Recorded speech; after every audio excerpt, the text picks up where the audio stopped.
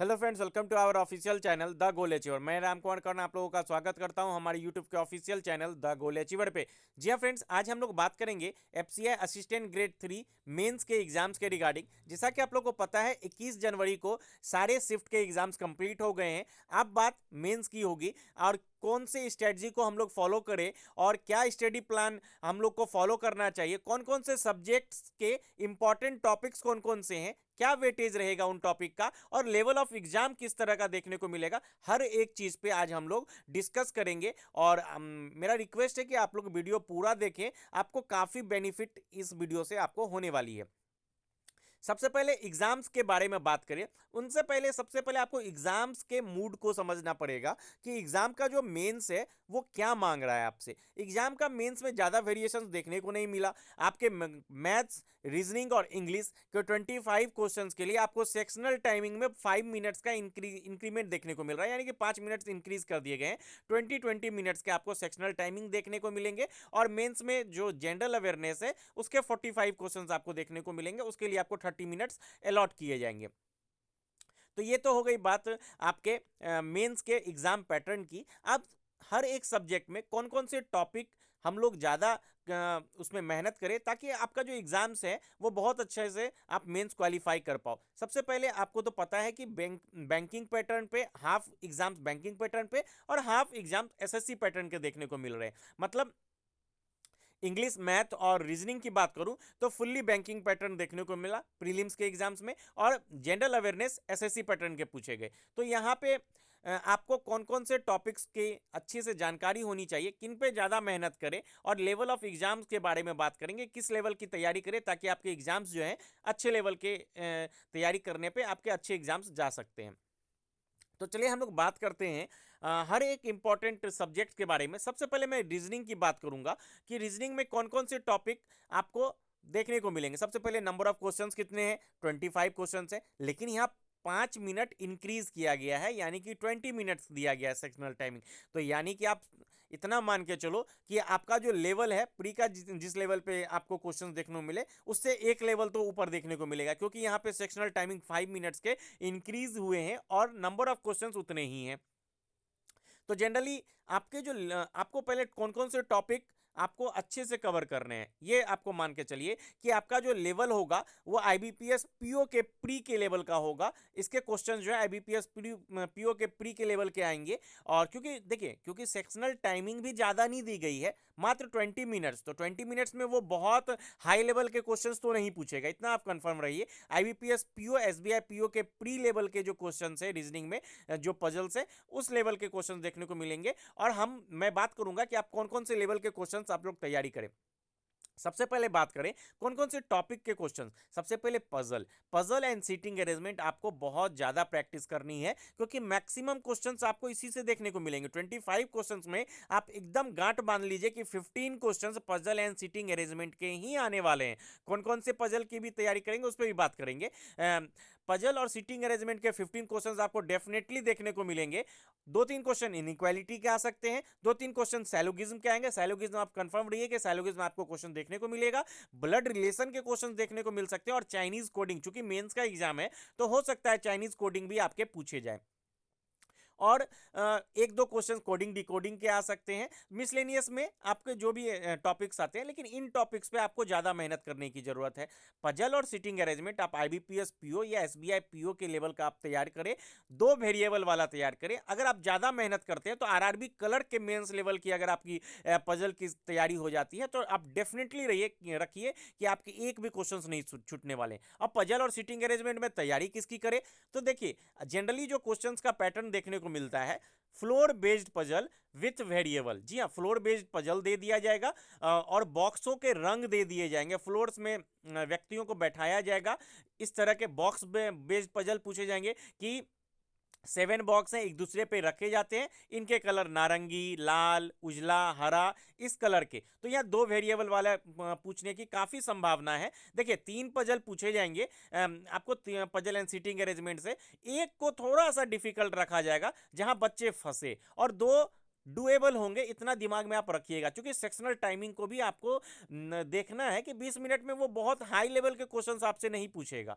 इतना आपको एक क्वेश्चन थोड़ा सा क्रिटिकल दे देगा ताकि आप उसमें फंस जाएं। और जनरली क्या होता है ना, ये ब्लड रिलेशन जो है आजकल देखने को मिलता है कि ब्लड रिलेशन इतना कॉम्प्लेक्स मतलब दे दिया जाएगा कि बच्चे बनाते हैं, बाद में पता चलता है एक से दो ही क्वेश्चंस उसमें है।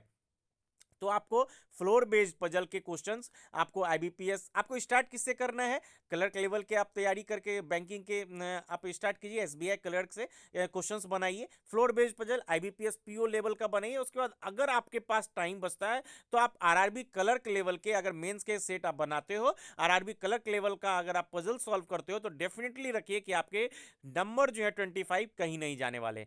Floor based puzzle, box based puzzle आपको दिमाग में रखना, month and date based puzzle आपको पूछा जा सकता है, ईयर डेट ऑफ बर्थ वाला ये भी आ सकता है। इससे रिलेटेड क्वेश्चंस जो भी पजल्स हो उस पर ज्यादा प्रैक्टिस कीजिए। डेजिग्नेशन बेस्ड पजल पूछे जा सकते हैं कि डिफरेंट लोग ए बी सी डी दे दिया जाएगा, कोई एजीएम है किसी बैंक में, कोई जनरल मैनेजर है, कोई क्लर्क है, कोई पीओ है, इस तरह के क्वेश्चंस देखने को मिलेंगे। या कुछ 7 लोग दे दिए जाएंगे, वो यहाँ चेन्नई, मुंबई, दिल्ली, पटना आपको घूमने आते हैं, इस तरह के क्वेश्चंस देखने को मिलेंगे।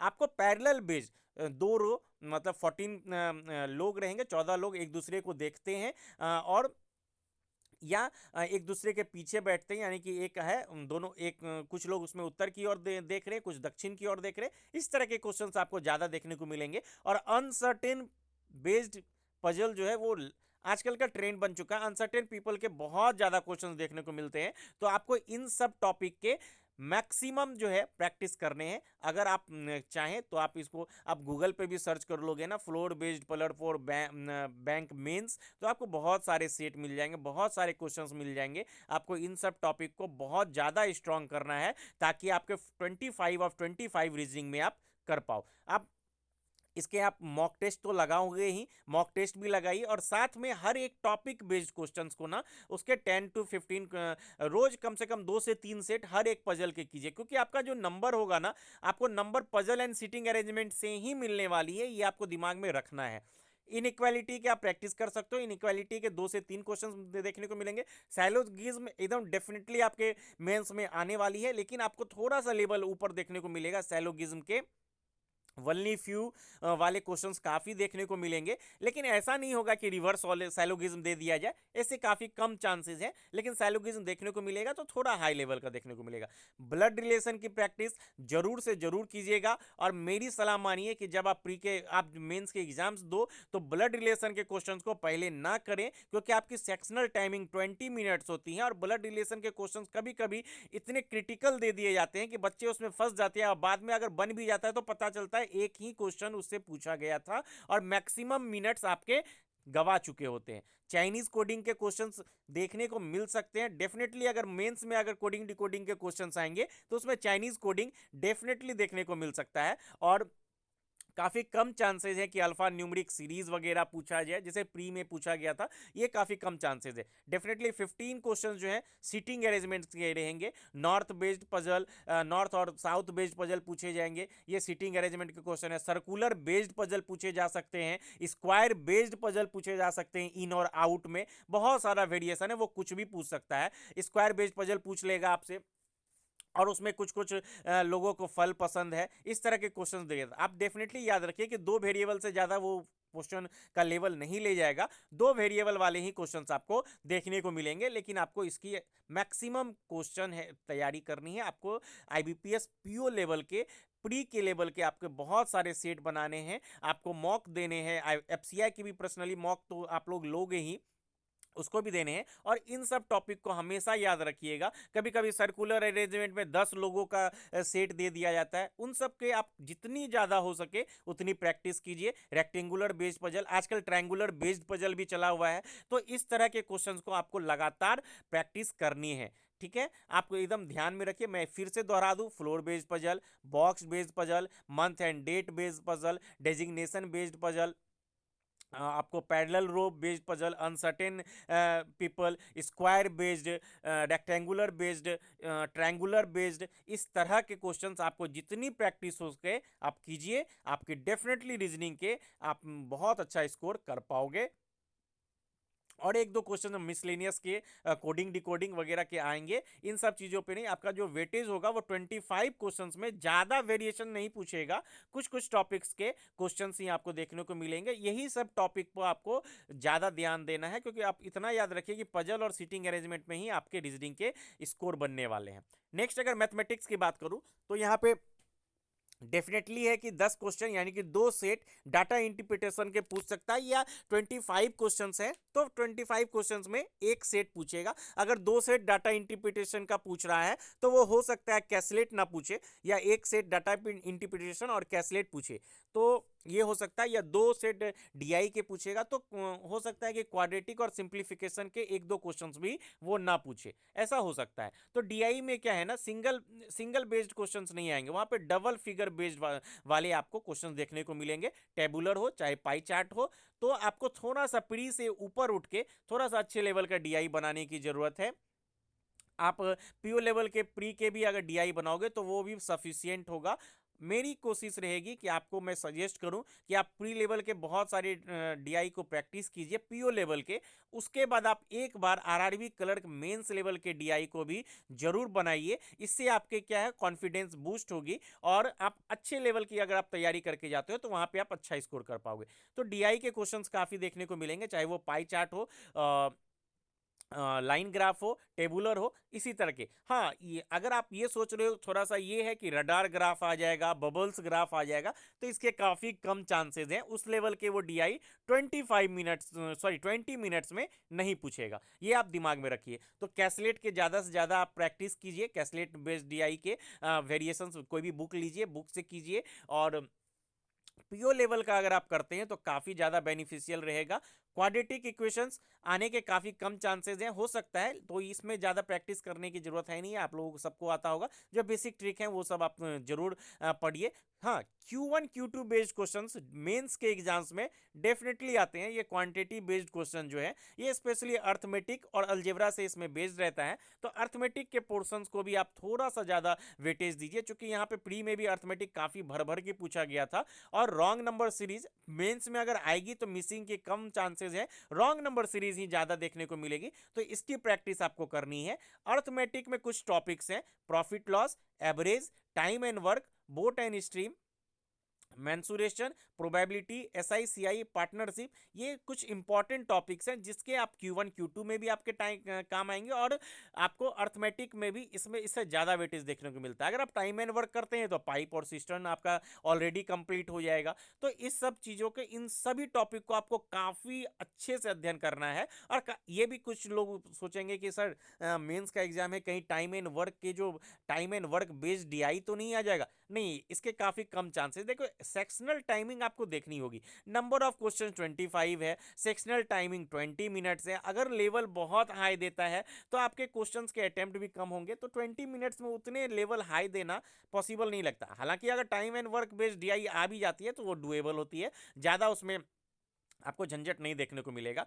डीआई आपको इतना दिमाग में रखना है कि 5 क्वेश्चन आपको इधर उधर से मिसलेनियस देखने को मिलेंगे, जिसमें हो सकता है कि एक दो क्वेश्चन क्वाड्रेटिक के दे दे, एक दो सिंप्लीफिकेशन के दे दे, या क्वांटिटी बेस्ड क्वेश्चन 2-3 दे दे, तो 5 से 6 इधर आ गया। 10 नंबर आप डेफिनेटली याद रखिए कि डाटा इंटरप्रिटेशन के 10 क्वेश्चन आपको देखने को मिलेंगे। हो सकता है 2-3 मार्क्स वाले कैसलेट अगर दे दो दे दे, और 7 to 9 क्वेश्चन, लगभग 6 to 7 क्वेश्चन अर्थमेटिक के आपको डेफिनेटली देखने को मिलेंगे, या हो सकता है ये 10 तक भी चला जाए। तो अर्थमेटिक को आपको काफ़ी स्ट्रांग बनाना है। और हमेशा याद रखिए, डीआई बेस्ड जो प्रैक्टिस करेंगे वो 2 फिगर वाला तो जरूर करें।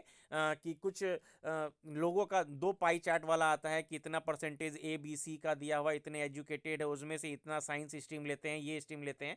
तो उस तरह के डबल बेस्ड आप डीआई का प्रैक्टिस जितना हो सके उतना कीजिए, वो आपके लिए काफ़ी बेनिफिशियल होगा। और अर्थमेटिक के ये सभी जो टॉपिक है, चाहे वो प्रॉफिट लॉस हो, एवरेज हो, टाइम एंड वर्क हो, बोट एंड स्टीम हो, मैंसुरेशन हो, पाइप एंड सिस्टर्न हो, परसेंटेज हो, प्रोबेबिलिटी हो, SICI और पार्टनरशिप। प्रोबेबिलिटी को तो डेफिनेटली आप जरूर पढ़िएगा, उससे एक से एक क्वेश्चन आपको डेफिनेटली देखने को मिलेगा।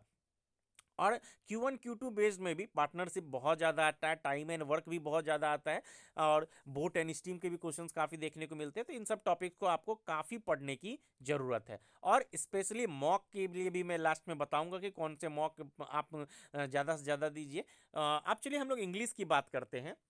इंग्लिश में 25 क्वेश्चन हैं और यहाँ पे भी 20 मिनट्स दिए गए हैं। तो English is all about your reading habit. अगर आपका रीडिंग अच्छा है, आप पैसेज को अच्छे से एक बार पढ़ के समझ पाते हो, दो बार पढ़ के समझ पाते हो, तो आपको बहुत बेनिफिट होगा। आप रीडिंग देखिए, इंग्लिश में क्वेश्चंस क्या आएंगे, आपको प्री में भी देखने को मिला होगा कि 25 क्वेश्चंस थे, उसमें 10 लगभग 7 to 9 के बीच में आपको आरसी के क्वेश्चंस देखने को मिले। तो आप समझ लो कि आरसी का वेटेज कितना रहता है। तो उसी तरह मेंस में भी रीडिंग कॉम्प्रीहेंशन के डेफिनेटली 7 to 9 क्वेश्चन, हो सकता है 10 भी पूछ दे, कोई गारंटी नहीं है। आपको रीडिंग कॉम्प्रीहेंशन के वेटेज काफ़ी देखने को मिलता है। आरसी का क्वेश्चन रीडिंग कॉम्प्रीहेंशन का आपको काफ़ी वेटेज देखने को मिलेगा। तो इसलिए रीडिंग की हैबिट को आप बढ़ाइए। एक मंथ का अगर आपका टाइम है, अगर एक मंथ, अभी एग्ज़ाम 5 मार्च को शेड्यूल्ड है शायद मेंस के, तो एफसीआई के मेंस 5 मार्च को होंगे। तो आप रीडिंग हैबिट लगाइए, इंग्लिश न्यूज़पेपर पढ़िए, ये आपके लिए काफ़ी बेनिफिशियल होगा। क्लोज टेस्ट, आपको क्लोज टेस्ट देखने को मिलेगा, ये भी आपकी रीडिंग हैबिट पे डिपेंड है। आप अगर आपकी रीडिंग हैबिट अच्छी है तो आप समझ पाओगे कि आखिर ये क्लोज टेस्ट कहना क्या चाह रहा है और इसमें कौन से सुटेबल ऑप्शंस होंगे। तो आप ज़्यादा से ज़्यादा ऑनलाइन मॉक में भी आरसीज वगैरह बनाइए, और हो सके तो आप गूगल पे भी सर्च कर सकते हो reading comprehension for bank clerk के एग्जाम, बैंक पीओ के एग्जाम। पीओ के ऊपर लेवल का ये नहीं पूछेगा, मेरे अकॉर्डिंग तो बैंकिंग ये कलर के लेवल का ही रहेगा, ज़्यादा ऊपर नहीं जाएगा। कलर और पीओ लेवल के बीच का आप मान सकते हो। और अच्छे लेवल का इस बार आरसी भी ठीक लेवल का, अच्छे लेवल का पूछा गया था प्री में भी। तो आप रीडिंग कॉम्प्रीहेंशन, क्लोज टेस्ट, ये सभी आपके रीडिंग हैबिट पे है, आप इसको ज़्यादा से ज़्यादा बढ़ाइए। वर्ड और सेंटेंस रीअरेंजमेंट पूछा जा सकता है, आजकल तो देखा हुआ है कि वर्ड अरेंजमेंट इसमें कीजिए, काफ़ी ईजी होता है। अगर आपकी अच्छी, आप सेंटेंस को पढ़ पाते हो, समझ पाते हो, तो वो काफ़ी ईजी होगा। सेंटेंस रीअरेंजमेंट पूछा जाएगा। फ्रेज रिप्लेसमेंट पूछा जा रहा है, ये काफ़ी ट्रेंड में चल रहा है फ्रेज रिप्लेसमेंट। मिस स्पेल्ट, मुझे मुझे मेरे अकॉर्डिंग मेंस में मिस स्पेल्ट तो नहीं ही पूछा जाएगा, लेकिन अगर हो सकता है कि पूछा जाए तो इसकी भी आप प्रैक्टिस जरूर कीजिएगा। आजकल एरर से ज़्यादा एक ट्रेंड चल गया है कि 5 ऑप्शन दे दिए जाएंगे और उसमें पूछा जाएगा कि इसमें से ग्रामेटिकली करेक्ट कौन सा है, आप ये बताइए। तो वो आपके लिए काफ़ी बेनिफिशियल होगा। ग्रामेटिकली करेक्ट 5 में से बताना है, तो ये एरर का एक नया टाइप आया है कि 5 ऑप्शन दे दिया जाएगा, आपसे पूछा जाएगा कि ग्रामेटिकली करेक्ट कौन सा है। तो इस तरह के क्वेश्चंस पूछे जाएंगे। तो यहाँ एरर में आपको ग्रामर की काफ़ी नॉलेज होनी चाहिए। आप 2-3 चैप्टर को काफ़ी अच्छे से पढ़िए, उससे रिलेटेड अगर आपके पास पारामाउंट का बुक हो वॉल्यूम 1 नीतू मैम का, तो आप उससे प्रैक्टिस कर सकते हो। जिससे सबसे इंपॉर्टेंट है सब्जेक्ट वर्ब एग्रीमेंट, इसके आप काफ़ी ज़्यादा इसके डाउट्स क्लियर कीजिए।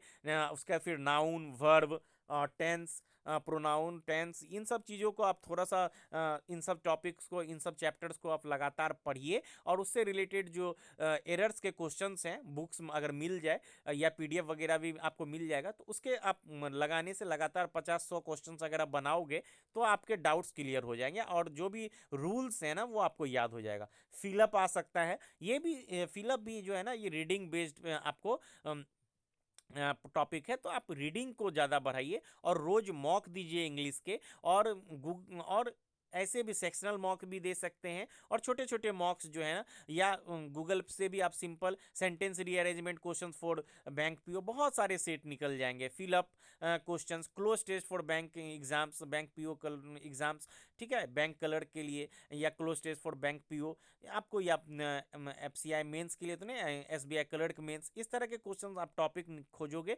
बहुत सारा सेट निकलेगा और इसकी ज़्यादा से ज़्यादा प्रैक्टिस कर पाओगे, और इसमें तब आप अच्छा स्कोर कर सकते हो। जनरल अवेयरनेस की बात करूं तो ये बहुत सबसे ज़्यादा वेटेज इसी का है, 45 क्वेश्चंस।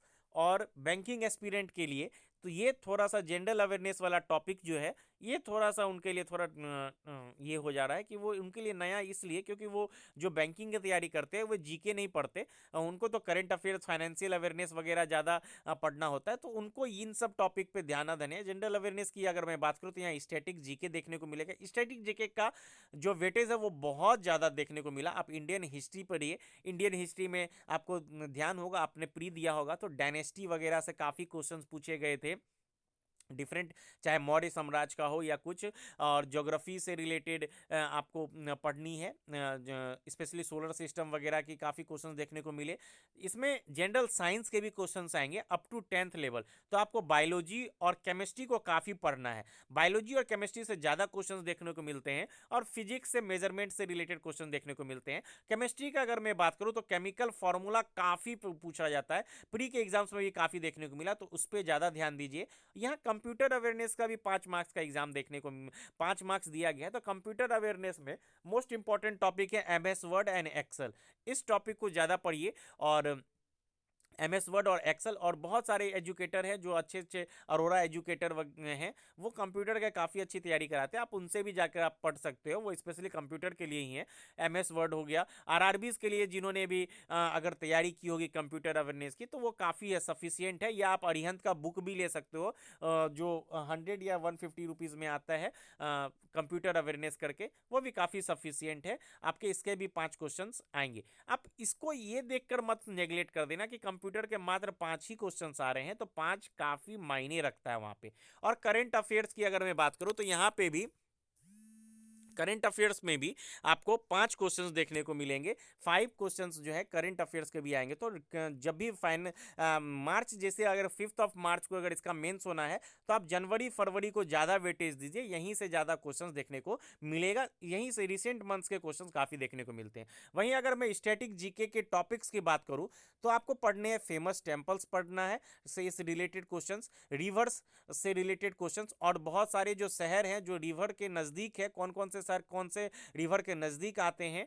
तो कौन से डैम कौन सा डैम किस रिवर के ऊपर बना हुआ है, इन सब टॉपिक को ज़्यादा इंपॉर्टेंस दिए, इसके बारे में पढ़िए। इंपॉर्टेंट ट्राइब्स के बारे में पढ़िए, टेम्पल्स, इंपॉर्टेंट टेम्पल्स के बारे में कौन कहाँ है, फोक डांस के बारे में आपको पढ़ना है, ऑर्गेनाइजेशन और इस्टेब्लिशमेंट, जैसे जितने भी ऑर्गेनाइजेशन है बड़े बड़े, जैसे सार्क से रिलेटेड क्वेश्चन आया था कि इनके इसकी स्थापना कब की गई थी, इसी तरह आपसे कोई भी ऑर्गेनाइजेशन की इस्टेब्लिशमेंट आपको पूछ सकता है, तो ऑर्गेनाइजेशन से रिलेटेड जो भी स्टैटिक फैक्ट्स है आप उसको पढ़िए, उनके उसके डायरेक्टर जनरल के बारे में पढ़िए, उनका प्रेसिडेंट क्या है, कौन है, उससे रिलेटेड जो भी रिसेंट के न्यूज हो और स्टैटिक पोर्सन हो उसको पढ़िए। इंडियन सिटीज़ एंड सॉब्रिक्वेट्स के चैप्टर को पढ़िए। रिसर्च इंस्टीट्यूट जितने भी हैं भारत में, उनसे रिलेटेड क्वेश्चंस को पढ़िए, उनके हेड कौन है, चेयरमैन कौन है, उनसे पढ़िए। डैम से रिलेटेड क्वेश्चन, नेशनल पार्क्स जो हैं उससे रिलेटेड क्वेश्चंस आपको देखने को मिलते हैं, वो पढ़िए। कैबिनेट मिनिस्टर से रिलेटेड क्वेश्चंस मिलते हैं,